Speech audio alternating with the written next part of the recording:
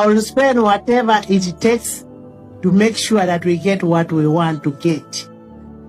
And for the sake of MK, just assure MK, we will do whatever it takes. Wenkoledde akatambi kano ng'eyali amanyiddwa nga Sseggwanga gyekoma okwerega yeekoma n'okubeera nga ekaluba emisuwa nga kimaze okubeera nga kikakasibwa General Muhoozi Kainerugaba ono amaze okwolekera e Bulange e Mmengo era nga kimutute mu Bulange e Mmengo ono agenze kwetondera Ssaabasajja Kabaka Ronald Muwenda Mutebi ku bigambo ebyamwogerwako oba ono betwalaba ebyatwitingibwa bye yayogera okusinziira ku mawulire galaga General Muhoozi Kainerugaba olunaku olwaleero bino byonna avuddeyo n'abyegaana nti yeetayogerangako ku Ssaabasajja na kubuuza nti who is Kabaka nga tweets bwe nga tuzikulaga kaakati nno ampuliriza ennungi bwe zitakya bbiri olunaku olwaleero tetumanyi oba General Muhoozi abala kaki nkugambye yamaze dda okukuba amaviivi okwetondera Ssaabasajja Kabaka ku bigenda mu maaso yandibanga alina kyalengedde ekinene ennyo ng'ekijja si muntu kaakati mu mbeera y'emu ataakulaba bwakulaba kati akujooga ataakulaba bwakulaba kati akugaya nalongo speaker Anita Annette Amongo atamulabanga speaker eyayina amaanyi eyayina obuyinza eyatambuliranga mu Bugombe ng'ekifaananyi ekyo kyolaba ampuliriza yabadde omukyala Nammeere ono nga yembaka we Masaka eyo ampuliriza mu kibuga Masaka yagenze okumulambulako wabula tewali yali amanyi nti ali musanga mu kafo ngaako nga watudde atudde ku ttaka emabega waliyo esigiri eyo ng'entamu eyo ejjudde enziro kaakati nno ono yafumbiranga ku masannyalaze ku gaasi wenjogerera watuula waliwo nantamu ku ttaka bino byonna bigenda mu maaso abakuba engalo olwaliro nga zizo bw'obakuba enkoona be bakuba ez'omulala naalonga Anita Annette Amongo agamba nti atuleyo n'awuniikirira ne yeewuunya ensi be yayambanga be yasuutanga abaamusuutanga abaamukubiranga emizira bonna olwatuuka mu mbeera embi ono baamubulako era nga wenjogerera asaba General Kaguta Museveni mbu atwalibwe Bulaaya ajjanjabwe mbu embeera efuuse ampuliriza etakyalumikako wadde nga bino byonna weebiri Miriam Matembe akyabuziddwawo n'okutuusa olunaku olwaleero omukyalo ono mulwanirizi wa ddembe munda mu ggwanga erya Uganda wabula ono tekimanyikiddwa mayitirege oba akyali mu nju ye nga gye baamusibira oba baamutwala mu basementi oba baamutwala mu kkomera byonna tulaba birabe tuwulira biwulizi nga ngalabi ya Nyanzi wadde nga bino weebiri Hajati Nakalembe omukyala omusomi w'edduwa akugamba nti totangatanga keera bukeezi genda akusomere edduwa ampuliriza oba baseeka bakutawanya oba abawalimu bakutawanya oba olina embeera ekuzitoweredde Hajati Nakalembe mukubire ku ssimu yeeyo gwe mulimu guno gwe yeewa okubeera ng'ataasa ensi ye naddala ku ebyo ebigenda mu maaso ebika by'amaziga ebikwasa ennaku gw'omukubira bukubizi ssimu n'abeera nga ebigambo abitereeza bulungi nnyo nga wenjogerera twandiddeyo emirembe gy'abasajja ba Idi Amin nga paaliyamenti yandibanga yandiwambibwa essaawa yonna wenjogerera nga bayikudde oluvuganya gavumenti batandise okwekyanga nga bagamba mbu nabo baagala leader of opposition bamulonde bulonzi kyokka nga ne General Muhoozi Kainerugaba gye buvuddeko yategeeza nti agenda kuyita mu Honorable Kabanda amubuulire butya bw'ayinza okugjawo Honorable Joel Ssennyonyi era ng'ono yategeeza ensi nti ye kennyini owa PLU yagenda okulondera leader of opposition mu parliament y'eggwanga erya Uganda nga kino kitegeeza nti obukodyo bwonna obwa ssente obw'emirembe obw'okuperereza kasita byagaana opposition eya NUP n'eyabanga eremeddewo nga Mwami Kyagulanyi asimbye Kulina Nakakongo kati abasajja basaze okukozesa maanyi eno opposition entuufu bagijewo kifuba olwo bakole ebyabwe nga babyetaaga nze Eke Master Kawandula bigambo Promax emabega uw'omuzindaalo ampuliriza nkusaba video soko jimpere ekigalo video soko jimpere like tusumulule emboozi empitirivu ennyo nga ne mugogenda okulira amalala oba oliawo katandikeko ewa General Muhoozi ono ng'amaze okakasa ensi nti akubye evvivi kyokka nga Mwami Museveni mukyala we amugobye alonze Minisita Honorable Kulizeso Muyongo ku by'education. Omuduumizi w'amagye g'eggwanga General Muhoozi Kainerugaba yeegaanye ekiwandiiko ekibadde kizungira ku mikutu gya social media nga kiraga nga bwe yagenda ku mukutu gwe ogwa X n'awandiikako ekiwandiiko ekirengezza Kabaka wa Buganda. General Muhoozi Kainerugaba agambye nti waliwo abantu abagenda mu maaso n'okukolerera tweets eziraga nga bwe ziva ku mukutu gwe kyokka nga si y'abaazikoze. Muhoozi agamba nti tasobola era talisobola yadde n'omulundi n'ogumu okwerijja ku mpalabwa. Agamba nti akimanyi bulungi nti Kabaka wa Buganda mu nnyango na bwe kityo tayinza kumutyoboola. General Muhoozi era agambye nti agenda kutandika okufeffetta buli wantu wonna okuzuula baani abo abagenda ku mitimbagano ne bakola obubaka obujingirire nga bulaganga bwe buva ku akawunti ye eya X. Mu kiwandiiko kino ekyalabika nga kyali kiva ku mukutu mukutu gw'omuduumizi w'amagye g'eggwanga General Muhoozi mwalimu obubaka obwali bubuuza kabaka wa Buganda yaani era nga yeebuuza oba ddala kabaka wa Buganda wa kitalo okusinga abachwezi. Mu bubaka muno mwennyini mwalimu ekigamba nti General Muhoozi Kainerugaba wa kitalo okusinga kabaka wa Buganda. Ebintu General Muhoozi beyeeganye n'agamba nti bino byappa ng'omukazi akuba ku ssaaniiko nti ye akimanyi bulungi nti kabaka wa Buganda muntu w'amaanyi amuwa ekitiibwa era amwagala nnyo. Byebyo nno nze Maatiti.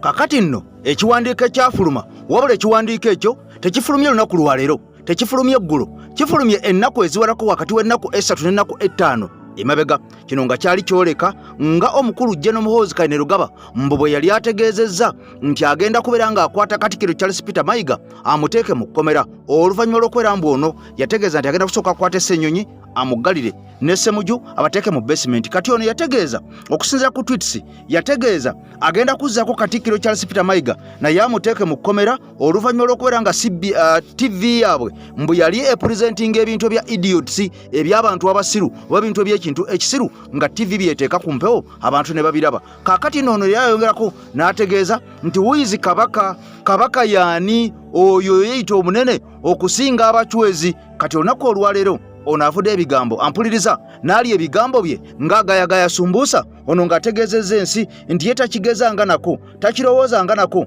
okuvaayo mbu okulaba Ssaabasajja mu kamwa. Era ono alumiriza mbu omuntu gw'asinga okwegomba mbu omu ku basinga okwegomba mu ggwanga lino Uganda oba ku nsi kuno mbu ye Ssaabasajja Kabaka. Kale mbu ono nga tayinza kukola nsobi yonna yadde okukemekererwa emmeme okuvaayo okumwogerako ebigambo nga ebyo. Ono alumiriza nti agenda kukola okutassamuka obutassamu oyo okukola ekisoboka kyonna okulaba ng'abo bonna mbu abaatwitinga ebigambo ebyo mbu ng'abanoonya. Kaakati olwo bw'anaaba bakutte tunaba tukubuulira ekiddako. Kaakati ono ng'alayidde wabula nga bino byonna bigenda mu maaso wenjogerera. General Kaguta Museveni amaze okukakasa ensi eno nti mukyala we Janet Kataha Museveni yandibanga embeera gy'alimu ampuliriza si nnungi. Okusinza ku mawulire ge tufuna galaga Honorable Kurizeso Muyingo ono amaze okubeera nga alondebwa nga minisita ajjudde owa education munda mu ggwanga erya Uganda. Jjukira gye buvuddeko omusajja ono twakutegeeza nti yenanyini masomero gano aga Seeta High wabuula ng'abaana bazze bafa ku masomero gano. Abaana bazze bafa ku masomero gano kyokka ng'ajjukira nti ono era abadde minisita ow'amasomero gali high education. Kaakati nno ebyo bimugiddwako kati wenjogerera ng'afuuse minisita omujjuvu owa education oba ebyenjigiriza munda mu ggwanga erya Uganda. Wabula ng'ono ekimutekesezaawo okusinziira ku General Museveni agamba amutaddewo kaseera buseera mbu mukyala we Janet Kataha Museveni bw'anaaba akomyewo yagenda okubeera nga adda mu ntebe ye eri ennene. Kaakati no bino byonna nga weebiri era nga bigenda mu maaso. Jjukira nti omukyalo ono mu mwezi gwali eyo nga mu Gwakubiri yaddusibwa kipayopayo munda mu ggwanga erya Amerika okubeera nga ajjanjabwa. General Museveni mu bigambo byategeezezza nti kituufu mukyala we ono ku lunaku olwo yasimbayo kitooke. Mukyala we ono ku lunaku olwo Mukama yazza bibye. Ono ategeezezza nti embeera tiyali nnungi yadde n'akamu n'akatono era nga tewomya nnakabululu. Kaakati mbu ono yaddusibwa kipayopayo munda mu ggwanga erya Amerika wabula nga amawulire agamukwatako amawulire agamufaako n'okutuusa kati gakyali gakyama ddala ng'abakulu be bavaayo ne batutegeeza nti kaakati agenza akuba ku mpemba wemba agenza akuba ku matu agenza afunamu kugalya empuuta agenza afunamu olungubanguba wabula nga tewali munnamawulire n'omu oba oli awo asobola kubeera ng'akakasa ensonga eno wabula be batutegeeza okuva mu State House. General Museveni byatutegeeza bye tugenda nabyo kubanga ono mukwano gwe wa ku lusegere nnyo. Kaakati nga baba bakugambye nti ono agenza aterera tosobola kubeera nga owakana wadde tosobola kubeera nga omulabako n'amaaso go. Kati ekigambo otwala kyoli bino byonna nga weebiri era bigenda maaso ampuliriza. Olunaku olwaleero nga Dr. Alhaji Erias Lukwago wamu ne mukwano gwe Dr. Besigye bakyatemeza mabega wa mitayimbwa. Bano kigambibwa bamaze dde okubeera nga babagatta ku fayiro y'emu kyokka nga wali ekalangala ampuliriza owa NRM amaze okubeera nga alangirwa olunaku olwaleero nga bw'awangudde by election ng'owa Nuupu akutte kyakubiri kya nnaku okubba obululu kubadde kuyitirivu nnyo. President Museveni alonze Honorable Kirizesto Muyingo okubeera minisita w'ebyenjigiriza ono ng'agenda kugira akola mu kifo kya mukyala we Janet Kataha Museveni akaseera kano atali mu mbeera nnungi mu by'obulamu bwe. Kulembeza eggwanga Uganda General Yoweri Kaguta Museveni. General Yoweri Kaguta Museveni omulundi ogusookedde ddala ayogedde ku mukyala we Janet Kataha Museveni nga bw'abadde omulwadde wabula ategeezezza nti akadde kano agenda akuba ku matu. Amawulire gategeezezza nti General Museveni agambye nti ebyaddala maama Janet Kataha Museveni ng'ennaku z'omwezi 21 omwezi ogwokusatu yali agenze n'agamba nti Katonda n'abasawo be baakola omulimu ogw'ettendo ddala okumuzza engulu, wabula nti nga 21 yali agenze. Janet Kataha Museveni gwe twogerako First Lady omukyala w'omukulembeze w'eggwanga lino yawezezza emyaka 78 olunaku olwise, era bwabaddewo obubaga obw'enjawulo obwakoleddwa bannakibiina ky'NRM n'emikwano gye wakati mu kwebaza Katonda olw'omukuuma nga mulamu n'aweza emyaka 78. Kati General Museveni yawandiise n'ategeeza nti Sitaani yamuyise Sitaani nti Sitaani emyezi 3 egiyise ng'ennaku z'omwezi 21 Maachi omwaka guno gwennyini gwe tulimu nti yalonkinga ataaka ku bulamu bwa maama Janet. However nti n'agamba nti Sitaani miscalculated, yabala bubi, n'agamba nti Katonda ng'akozesa abasawo yasevinga obulamu bwa maama Janet, era kaakati alikavalinga bulungi ebintu nga bwe byatambula. General Museveni bw'ati bwe yategeezezza. Kakati General Museveni n'ategeeza nti asaba Katonda ye mwami Yoweri Kaguta Museveni. General Museveni yagambye nti asaba Katonda ye ne mukyala we Janet Kataha Museveni baweze waakiri emyaka 10 ku nsi. Yagambye nti okusaba kwe kuli nti Katonda talina kyamusaba kirala okujjako kumusabayo emyaka emirala basobole okuweza emyaka 10, nti n'ekisinga okumuluma oba kyayagala okumaliriza ayagala aleke East Africa nga yegattidde ddala, asabayo emyaka emirala ayiremeka kozi. General Museveni ayagala Katonda amuyambe ye ne mukyala we baweze emyaka 10 nga balamu. Ye Saara gye yasabye ku kapata ak'okukuza amazaalibwa ga maama Janet. Katonda amusaba emyaka 10 gy'abaaweza nti ayongere okugatta East Africa yesinga okuba nti emuluma. Ngamba nti ayagala East Africa aleke nga yegasse bulungi nnyo. Agamba nti abazungu abaatemaatema East Africa eno baatukola bubi ne bateekawo amawanga amatonotono nga tegasobola kuyimirirawo gokka mu byenfuna, so singa twali tusigadde nga tuli kitole buli kimu kyandibadde beta. Kati General Museveni agamba nti ayagala Katonda muyamba weze emyaka 10, emyaka 10 egyo asobole okubaako ebirala byagenda okuba nti atuukiriza. Janet Kataha Museveni yazaalibwa ng'ennaku z'omwezi 24 Juni omwaka 1948, era yabadde First Lady w'eggwanga lino okuva omwaka 1986 paka nakati. Abaddeko minisita mu bifo ebiwerako, omuli okubeerako minisita w'ensonga z'Ekalamoja, beete nabakufuuka nate minisita ow'ensonga z'ebyenjigiriza kw'ossa n'ebyemizannyo ekifo ky'amazeeko ebbanga. Emabegaawo nga mwami Museveni tannaba kutubuulira nti Janet Kataha Museveni yali mulwadde nnyo, era kata Katonda amutwale mu mwezi ogwokusatu wabaddewo envuuvuumo ezitali ntongole ku bulamu bwa Janet Kataha Museveni First Lady, wabula omulundi ogusookeredde General Museveni atugambye nti yakuba ku matu oluvannyuma okuba nti ekirwadde kyali kimwegezaamu okumutwala mu mwezi gwali gwakusatu. Maama Sweetland nkutumiddeko nnyo ne nkusaasira by'oyitamu, nkwagaliza kisinga bulungi.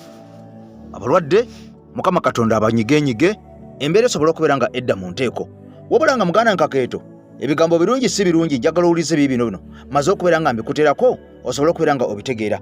Amawulire agava mu paaliyamenti y'eggwanga erya Uganda olunaku olwaleero ampuliriza gano gannyamiza, gakwasa ennaku era nga geeraliikiriza okusinziira ku musasi waffe atugamba nti ekigenda maaso mu paaliyamenti ya ggwanga lya Uganda eno okusinziira kye twolekedde yandifundikira nga tekyali muntu wa opposition yenna okusinziira ku bigenda mu maaso. Amawulire galaga gongera okulumiriza nti omukulu General Muhoozi Kainerugaba oluvannyuma lw'okubeera ng'ono yakirangiridde n'ategeeza nti agenda kuyita mu Honorable David Kabanda yeebuuze Honorable Joel Ssenyonyi ajibwa atya ku bwa leader of opposition. Jjukira nti ono abadde leader of opposition kaakati ekisanja ekyasooka era nga n'ekisanja ekyokubiri azzeemu okulondebwa wali ab'ekibiina ekya National Unity Platform. Okusinza ku mawulire galaga oba okusinza ku constitution egamba omuntu yenna anaabeeranga n'ekibiina ekivuganya gavumenti nga yasinga ababaka abangi mu parliament bano bajjanga okwerondamu leader of opposition. Kakati nno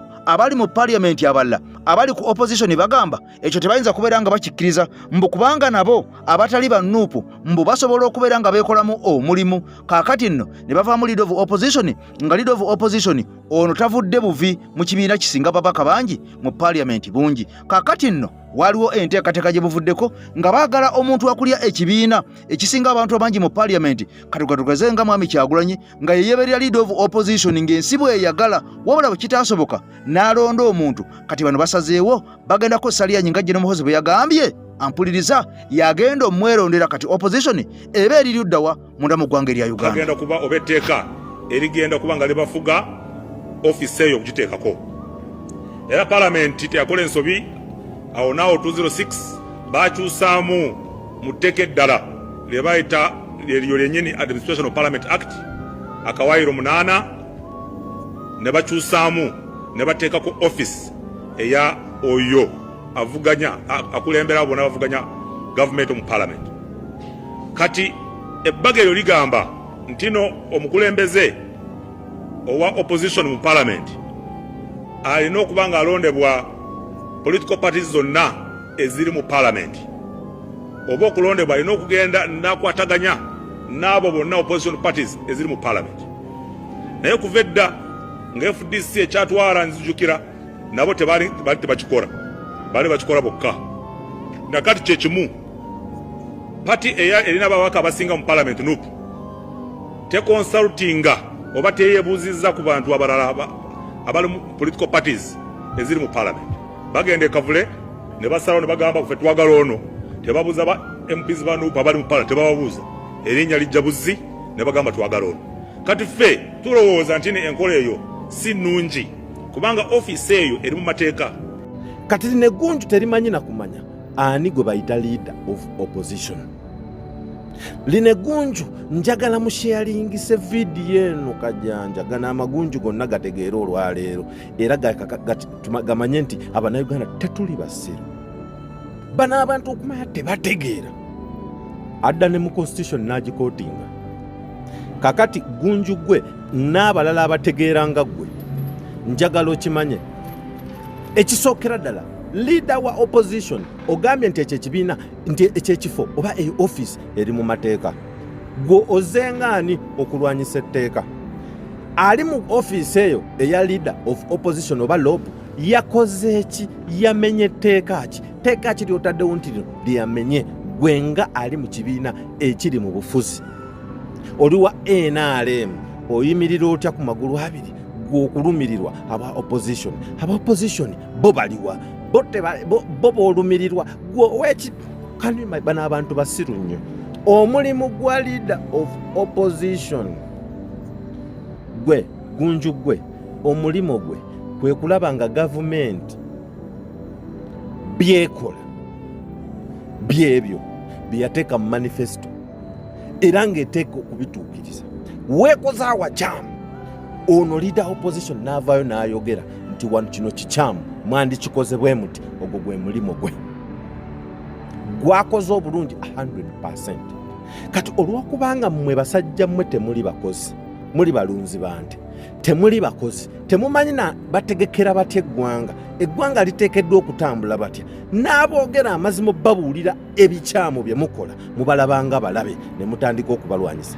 Gwe wa NRM naawe ayogera mbu oli wa Pierre simanyi ozze wano naawe Pierre kibiina kya byabufuzi mu Uganda. Waliwo yali yesimbyewo nga yesimbyewo nga wa Pierre n'alondebwa mu kalulu ke Uganda. Bannayuganda ne bamulonda mu sindika mu parliament olyoka osinika amannyo ng'ofunta entama ng'ogamba mbu ndi wa Pierre kibiina kya byabufuzi mu Uganda.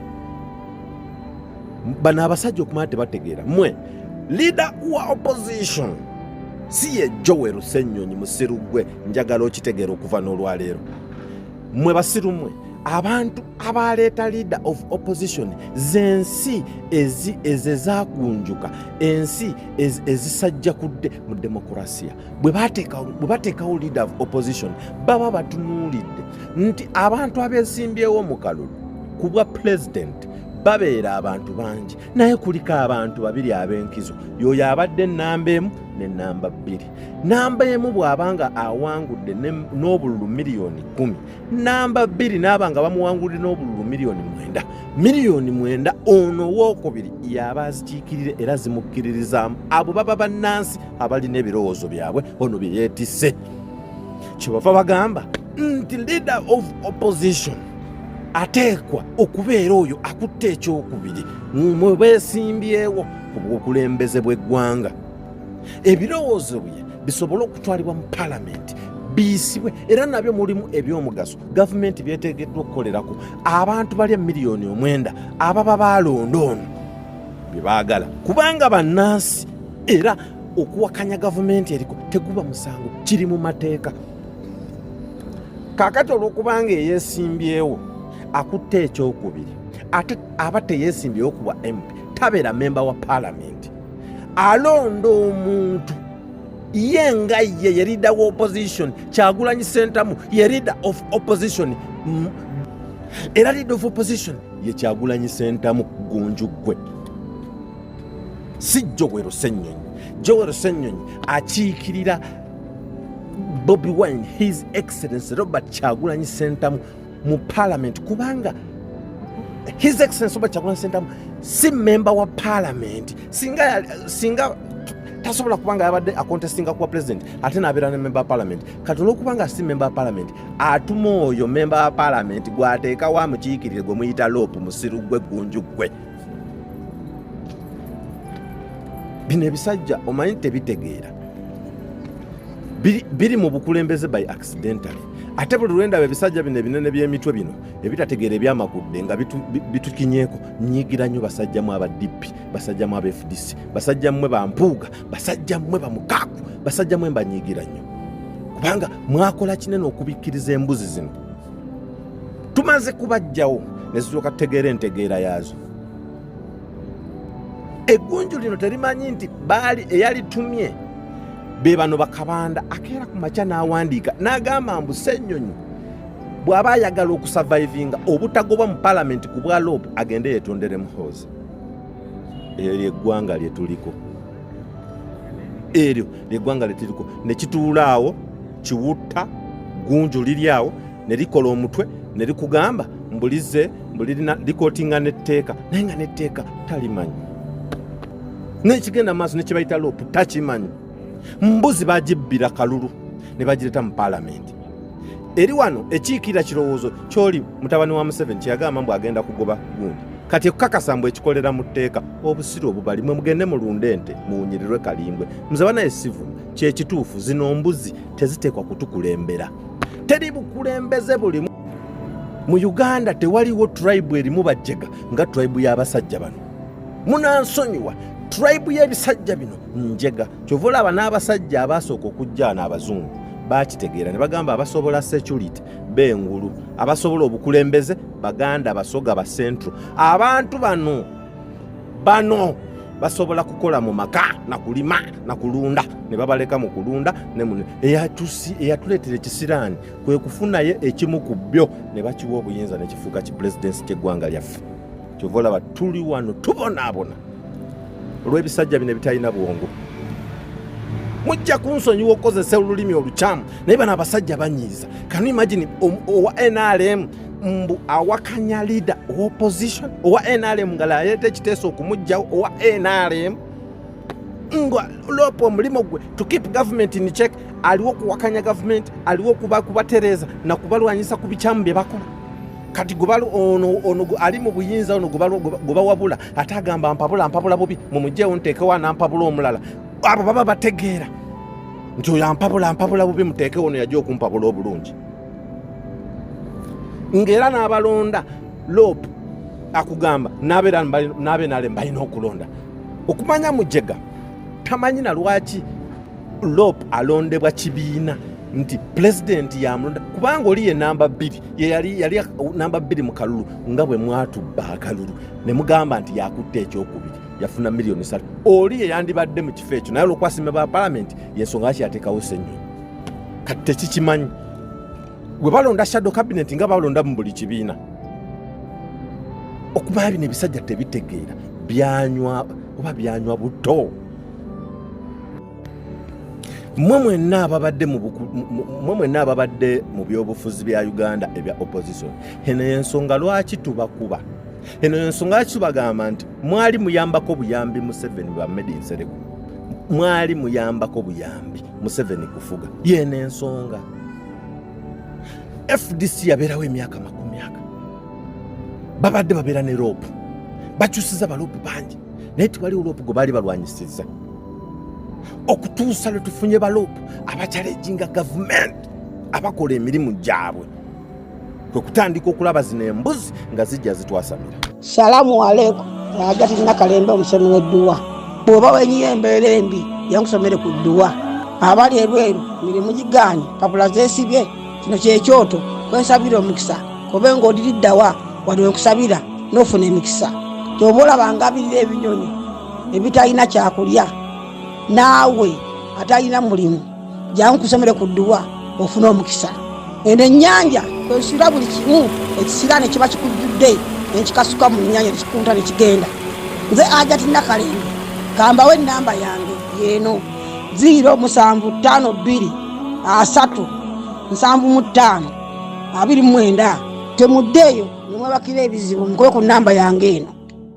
Kale nno bino byonna nga weebiri era nga biri bwe bityo nga bikyatambula bwe bityo nga byamatanka n'eŋŋampale z'aba7 mpanvu si mpanvu. Kaakati ekigambo mukwano gwange abaze nga mumpereza ku message ey'ebintu bino ebyasomwa bya budget ey'eggwanga erya Uganda omwaka ogw'ebyensimbi nga bagamba nti Uganda egenda kukozesa obutabalika 84.4 oba zite 84.4 trillion mu budget.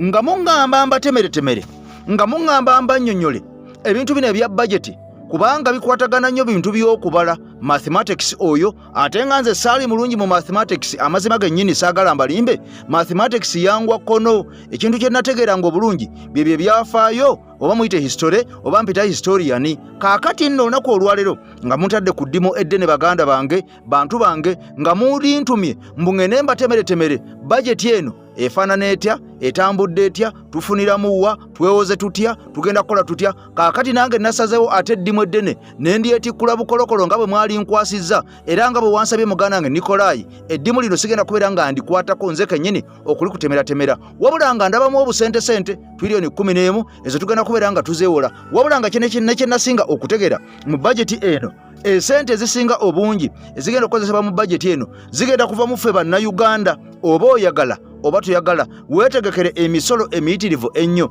Ensimbi ennyingi zigenda kuva mu ffe bannayuganda nga bazijja mu musolo ogwo, ate ensimbi endala ennyingi ezigenda okuva mu ffe bannayuganda zigenda kuva ku gavumenti ng'ate etwewoolako nga yeewoola wano munda mu ggwanga erya Uganda. Nga kino kitegeeza nti ebbanja lyebadde erina Uganda egenda kweyongerako nga yeewoola, wabula ku luno terigenda okubeera nga liri bwe libadde nti ebadde yeewoola bweru mu IMF, mu World Bank, mu mabanka ag'enjawulo ne ku bantu ssekinnoomu ba companies ez'enjawulo nga gavumenti ezeewolako. Kakati nno ku luno bakyusizaamu munneewola, kakati nkuba mpya bagenda kuwola ku gwe munnayuganda wadde nga n'ebweru, era bagenda okugyayo ensimbi. Kati mu kutemaatema n'okwagala okwongera okumanya n'okutegeera ebya bajeti eno kambikwase Profesa abikunnyonnyole gwe tega matuugo. Ngenda kuba mbasomera bajeti ye Uganda n'ebiki ebyagibaddemu nga mbannyonnyola kimu ku kimu.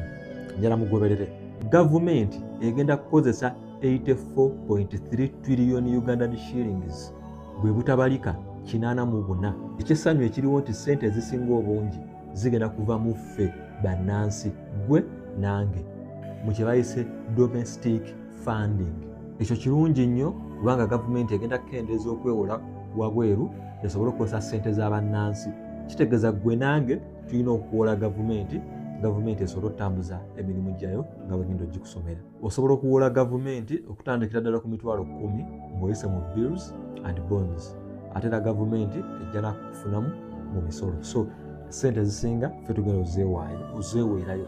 Ssente endala ezinaba zifisse gavumenti egenda zijja wabweru, kye bayise external support. Trillion 11 zigenda va mu project support, ekitegeeza nti abazungu bajja tuzimbirayo ebintu wano. Ate waliwo ne kibayita grants, batuweeyo buwi 1.2 trillion. Ezo ziri mu grants. Naye abazungu balina terms and conditions zaabwe era nazo olina ozeegendereza. Ssente ezisinga ku trillion 84 zigenda kubeera zisondebwa bannayuganda okuyita mu misolo oba okuyita mu bills and bonds. Amafuta gaffe ehoima tugasuubiramu 1.44 trillion. Aga mafuta tugalinamu essuubi ddene. So sente tugenda zijja mu mafuta, tugenda zijja mu buyambi bw'abazungu, ate era sente zisinga tuzijje mu bannayuganda okuyita mu misolo oba kuwola gavumenti. Minisita omupya w'ebyensimbi Mwami Henry yasomye gavumenti byekoledde bannayuganda omwaka oguwedde era nga bulijjo bwe kibeera. So nga tonnasoma by'ogenda kukolera bannayuganda osooka soma by'omaze bakolera. So mu kisanja ekiwedde minisita yagambye gavumenti yayongedde ssente nnyingi mu byenzijanjaba era yaguze ARVs za biliyoni 116. So 116.8 billion worth of ARVs era negula ne antimalarial. So tekyali muntu kati alwala musujja nga tewali ddagala. Gavumenti yayongedde ne ku ambulances omwaka ogwo oguwedde. Gavumenti yazimbye enguudo boda ku boda. So okuva e Uganda paka e Kenya tokuba kataka across border to border. Okuva wano ng'oyagala kugenda e Congo tokuba kataka ovuga buvuzi tamaka. Bw'ova wano ng'oyagala okugenda e Kenya tokuba kataka ovuga buvuzi tamaka. So gavumenti ezimbye enguudo border to border, oba ogenda Nimule, oba ogenda Kenya, oba ogenda Tanzania, oba ogenda Rwanda, ng'oyitidde ku luguudo, gavumenti enguudo zonna yazizimbye border to border. Ku ky'amasannyalaze 57% balina amasannyalaze, ekitegeeza nti more than half of Ugandans have electricity. Ku buli bannayuganda babiri b'osisinkana omu y'atalina masannyalaze, naye omulala abeera ayina. Era batugambye nti bannayuganda 5,700,000 bawandiisa amasimu. So ku bannayuganda 5,700,000 ze layini z'essimu ezawandiisibwa. Omwaka oguwedde gavumenti ereese eddembe kye bayita peace and stability. So teri bikompola bikubye Uganda, teri bomu zikubye Uganda. So gavumenti ereese eddembe omwaka oguwedde. Gavumenti eyongedde ku byenfuna by'abantu. So GDP figures wano ziraga nti GDP per capita eri ku 400 kati esinga ne Congo. So GDP per capita ti munnayuganda buli munnayuganda asinga omukongo. GDP per capita eya buli muntu eri nusu 1,400. Buli muntu asobola okuyingiza sente ezo buli lunaku. So bata per capita income per day buli munnayuganda asobola okuyingiza sente buli lunaku. Government has maintained low inflation levels. Gavumenti eziyizza okunaabuuka kw'ensimbi kye tuyita maintaining low inflation rates. Nti ssente z'e Uganda tezinaabuuse zigulira ddala ebintu ebitegeerekeka. Mu budget bagamba government has capitalized local business. Gavumenti eyongeddemu ssente mu bizinensi z'abantu okuyita mu myoga, okuyita mu PDM, abantu bwe bawa capital ne bongeramu ssente. Waliwo ne banka ya gavumenti gye bayita UDB, Uganda Development Bank. Eyo naye badde ewola abantu ku interest omutono ennyo, so eyambye nnyo abantu okuba nti balima. Eno banka nginoonye, eno kirabika erina bulooni obulungi. Eno banka simanyi weeri naye ngenda ginoonya. Nga bwe nkugambye nti gavumenti yeetaaga obutabalika 84 trillion 84. Kati ngenda kusomera gavumenti weegenda oziteeka. Gavumenti egamba egenda kukwatako trillion 33 esasula amabanja. Gavumenti bagibanja amabanja gagirya. So kyekino ekitundu ekisinga obunene. So sente zino gavumenti zegenda okuŋŋaanya egenda kujjako 40% esasula amabanja. Human capital and development bagiwadde trillion 13.5. Mulimu emisaala gy'abasomesa, emisaala gy'abo abasawo ba gavumenti, emisaala gy'abasomesa bagenda gyongeza by 25%. Mwekubireko mu ngalo abasomesa gavumenti ebajjukidde buli mwaka. Gavumenti etadde trillion 10 mu infrastructure, okuzimba enguudo, rail lines, amasannyalaze, water transport. Gavumenti etadde trillion 10 mu security and defense, okukuuma emirembe mu ggwanga oleme kulaba ku lutalo. Gavumenti etadde trillion 2.5 mu wealth creation projects. Mugende mu PDM mufuneyo sente, mugende mu myoga mufuneyo sente. Waliwo ne youth projects, so mwegatte mukole project, gavumenti egenda kubawa sente. Agricultural industrialization bataddemu trillion 2 ne billion 2. Ezo zigenda kukola agricultural research, irrigation system, processing, market access. Bagenda basembereza akatale, teri kuddamu kunoonya bagula mmwanyi. Bagenda kubasembereza processing plants, bagenda kubasembereza irrigation systems, bagenda kubayambako okufukirira. Then agricultural research waliwo ayagala okugenda mu Swiss Plateau. Aba science omwaka gwa 2011 waliwo ekibiina ekyagunjibwawo oba ekyatondebwawo ng'ekibiina kino kyatuumibwa nga Ssuubi. Okitegedde? Endagaano empya ku lwa Uganda Ssuubi.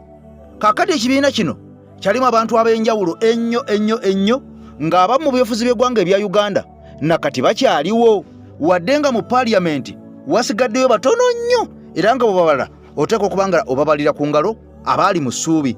Jjukira nti abantu bano oluvannyuma beegatta ku musajja era amanyiddwa nga Amama Mbabazi ow'ekisinde ekyali kimanyiddwa nga Go Forward. Kaakati bano nga baavaayo nga balaga nti baali balwanyisa mwami Museveni, wabula tetwamanya kigendererwa kyabwe ekyokubeera nga bo ate beegatta ku musajja Amama Mbabazi, Honorable Minister, okubeera nga bamwegattako mbu alwanyise Museveni, ate omuntu gwe baali bamanyi obuterevu ennyo nti akolagana ne General Kaguta Museveni era nga gubasaza mu kabu, era ng'okuvayo kumwesimbako kaali kabadi kennyini akawedde emirimu ensi ke yategeera, wadde nga bano baasalawo babeere nga batambula n'omuntu oyo. Kaakati nno mbano ojjukira mwalimu abasajja nga Honorable Owekitiibwa Mathias Nsubuga Nsamba, ono nga yagibwa dda mu paaliyamenti ey'eggwanga erya Uganda. Mwalimu abasajja ndowooza ba Dr. Abedi Bwanika mubajjukira bonna baali batambulira awo. Mwalimu abasajja ba Medad Lubega Segona akalya amaggwa, bano bonna nga baali ba minisita ewa Ssaabasajja Kabaka e Mengo, wadde nga basulawo Tawero Ssaabasajja n'abakkiriza bagende mu byobufuzi bya Partizan.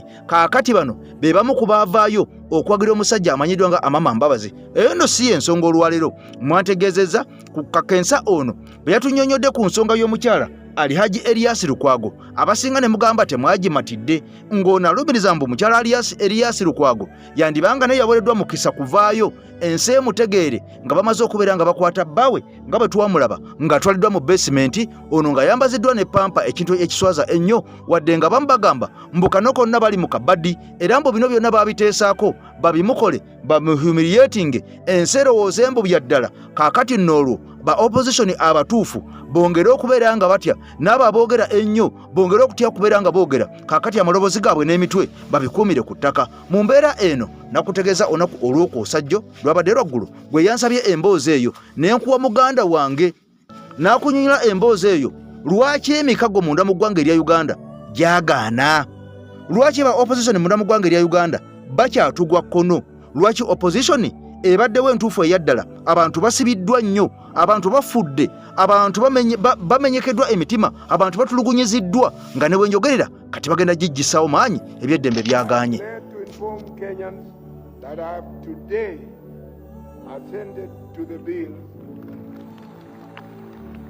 As a sign of my commitment to political reform.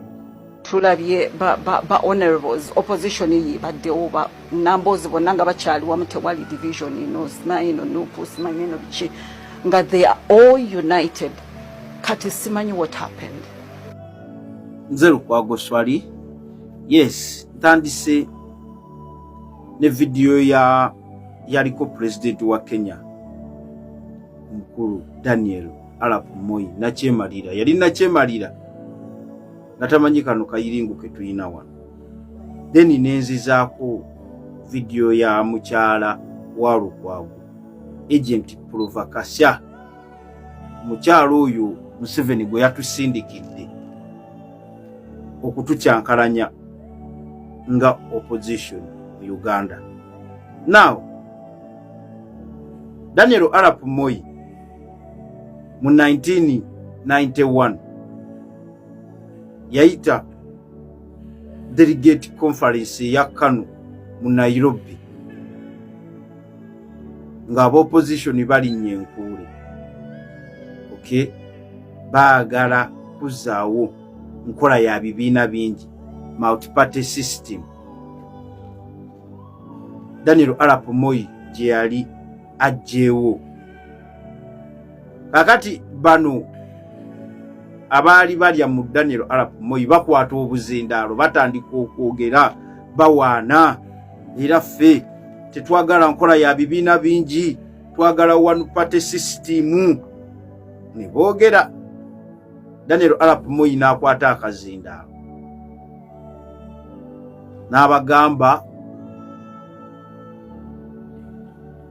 ndaga commitment yange to political reforms nga nkomyawo enkola ey'ebibiina ebingi.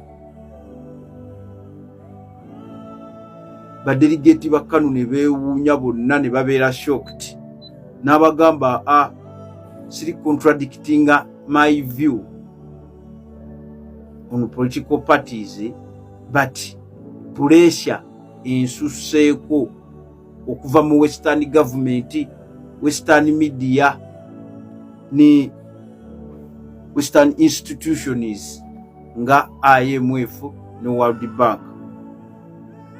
Okay, binkase nzireyo mu nkola y'ebibiina ebingi. Era in this delegate conference I'm assuring you my commitment to multi-party elections. Era nkomyawo enkola ey'ebibiina ebingi mu Kenya. Okay, Daniel Arap Moi wakomyawo enkola ey'ebibiina ebingi. Omanyi tuze tubagamba nti bannakyemalira bateekawo opposition eyabwe ekola ki? Ebavuganya. Okay, yakwata musajja we Mwai Kibaki n'amuleeta mu opposition era n'amuyambako okukola ekibiina kye bayita Democratic Party DP, ng'ayagala okuyuzaamu okusprintinga abakikuyu. Kaakati bagenda mu kumuvuganya mu 1992 elections nga opposition yonna eri divided. Forum for the Restoration of Democracy ne yeeyawulamu ebitundu ebi bibiri. Ford Kenya eyali ekulemberwa omukyukuyu Kenneth Matiba. Okay, then noba ne Ford Asiri eyali ekulemberwa omujaluwo Ojinga Odinga, taata wa Raila Odinga. Kati bagenda okuvuganya Arap Moi nti olw'okuba baali divided nga bali polarized. Okay, nga beeyawuddemu. Abakyukuyu bayina Ford Kenya, bayina ne DP ya Mwai Kibaki. Daniel Arap Moi n'akozesa omukisa gwa disunity mu opposition okubba akalulu era ne yeerangirira nti akoze eki? Akawangudde. Nze Lukwago Swali. Kati Mwai Kibaki we yabawangula 1992 elections ne beekubamu ttooki ne bakizuula nti ebibiina bino buli we bya competinganga ne Mwai Kibaki independently yabiwangulanga, naye we byagattanga obululu Ford Kenya, Ford Asiri, DP nga basobola okuwangula Mwai Kibaki. Okay, now nibagamba katukole kye tuyita alliances. Era they formed the National Rainbow Coalition eyawangula KANU mu 2002. Okay, so we forming the National Rainbow Coalition newangula, okuva olwo Kenyan politics became a game of alliances. Okay, NASA, the National Super Alliance, Azimio la Umoja, okay, nindala. Nti alliances ezo ziyambako okubuildinga cohesion, okay, unanimity in different ethnic groups. Ne bazireeta awamu ne zeegatta okubaako kizituukiriza politically. Era okuva olwo Kenya basolovinga ekizibu ekyo. Era kyova olaba buli we bagenda mu kalulu baforminga alliances. Now mukyala Elias Lukwago maybe bakulese mu kazannyo k'otategeera nze Lukwago swali okay agamba nti ku mulembe gw'aba Betty Nambooze opposition temwali mu bino simanyi Nuupu bino simanyi DP bino FDC then nkubuuza lwaki Honorable Betty Nambooze gwe wayogeddeko ne Sseggona gwe twalabye akubembeeta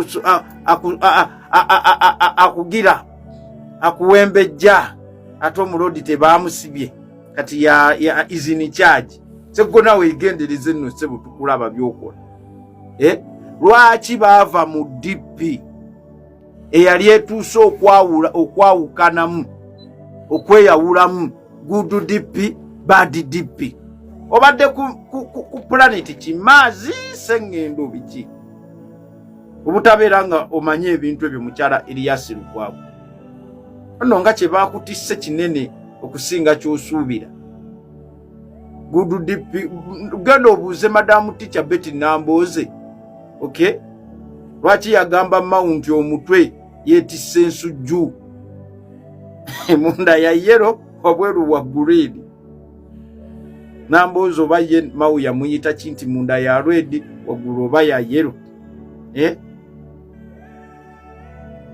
lwaki even up to now tufeirinze okuzimba alliance tugende way back from the historical point of view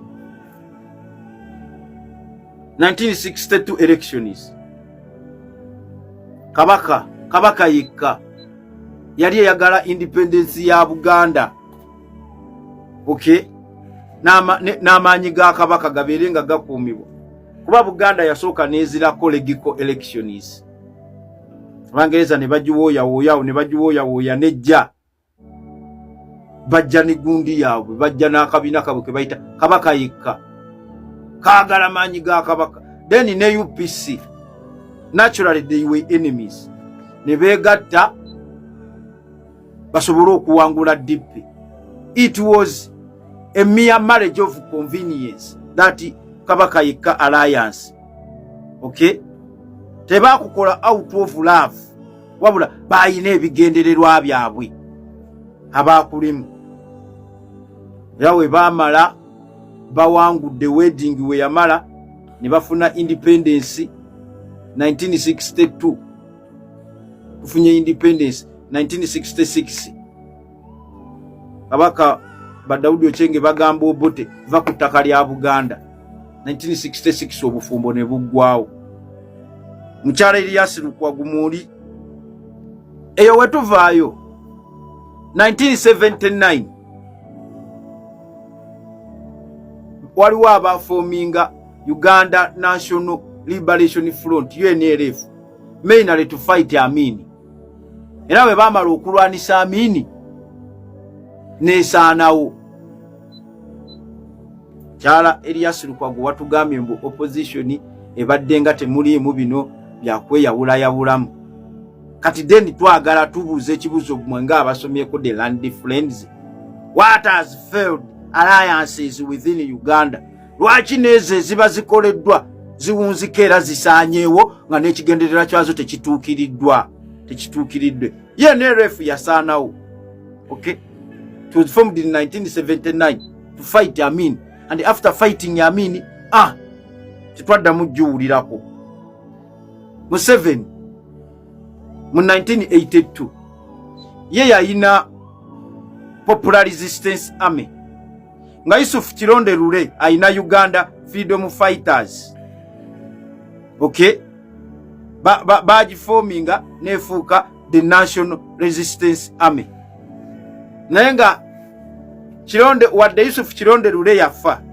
naye newe yali tannafa baalaga nti bajja kwawukana era baayawukana era newe bakuza simanyi ebyo simanyi Liberation Day National Resistance Army Yusuf Kironde Lule twayogerwako naye nga Yusuf Kironde Lule be baatandika NRM eyo gimulaba kati abo ba Museveni gye beeyogereramu lwaki tayogerwako Museveni lwaki Yusuf Kironde Lule tayogerwako because NRM is as a result of the combination of Uganda freedom fighters and Popular Resistance Army. Okay, tugenda mu 1996 elections. Okay, Muzei Paul Kawanga Semwogerere yaleta alliance je Twitter Interparty Forces Coalition nga baagala osigukulula Museveni. Era Museveni kye yakola ng'agenda agamba abantu nti aha Semwogerere ayagala kukomyawo Obote, Semwogerere ayagala kukomyawo Obote. Nayo ne bagikuba we batyo byagaana okukola. Okay, teyaddamu kuwulirwako. Besigye awo 2011 mwawulirako IPC Interparty Coalition babasaalirwa FDC abajema aba Conservative Party baani naye era nabo byagaana okukola nga buli omu alina conflicting interests, nga buli omu ayagala abeere, buli omu ayagala abo babaswalirwa abo ne mujjamu ne muyingiramu n'aba Museveni. Kiki ekiremesezza alliances okubeerawo wano mu Uganda ate nga wallahi Kenya ekizibu kye balina naffe kye tuyina amawanga mangi. There are so many tribes within Uganda. The only way we can galvanize opposition unity by embracing alliance systems. Kiki ekiziganye? Lwaki newe tugezaako zireeta zigwa? Okay, tujje TDA, the Democratic Alliance, tugenda mu 2016 elections. Mwalimu ba Betty Kamya oyo yali wa Museveni, Professor Gilbert bali baseka Bukenya oyo yali wa Museveni, ala Agina Santege Sebagala oyo yali wa Museveni. Ng'ekyabaleeta to fail TDA Besigye oyo yali wa Museveni, kati yali munga azenga ayagala buyinza Amama Mbabazi, Raila Odinga abakwata abatwaliwa ne Kofi Annan babatwala e London ba meeting e Cameroon ne babagamba okufuna support ya international community mukole a single front coalition. Obonero bwe bwalaga nti Amama Mbabazi yagenda ogikulira. Museveni n'akwata Odongoto n'amuwa ssente, Odongoto n'akwata keesi y'omulambo nga gulimu Amama Mbabazi n'atambula Northern Uganda. Museveni n'abawa ssente ne bakima Besigye mu TDA ne bigwa. Bonna ne bawunzika beesimbyewo independently. TDA ne egwa 2016. Yogera ku ssuubi endagaano empya Basseggona bamuwanga Kivumbi bannamboze ne yaliko Katikkiro Mulwanya muli Semwogerere yaddawa byaddawa.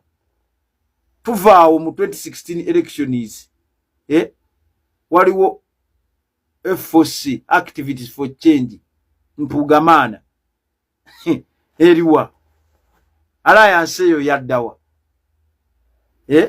His Excellency Robert Kyagulanyi ajja atandika okwadvocating for United Forces of Change.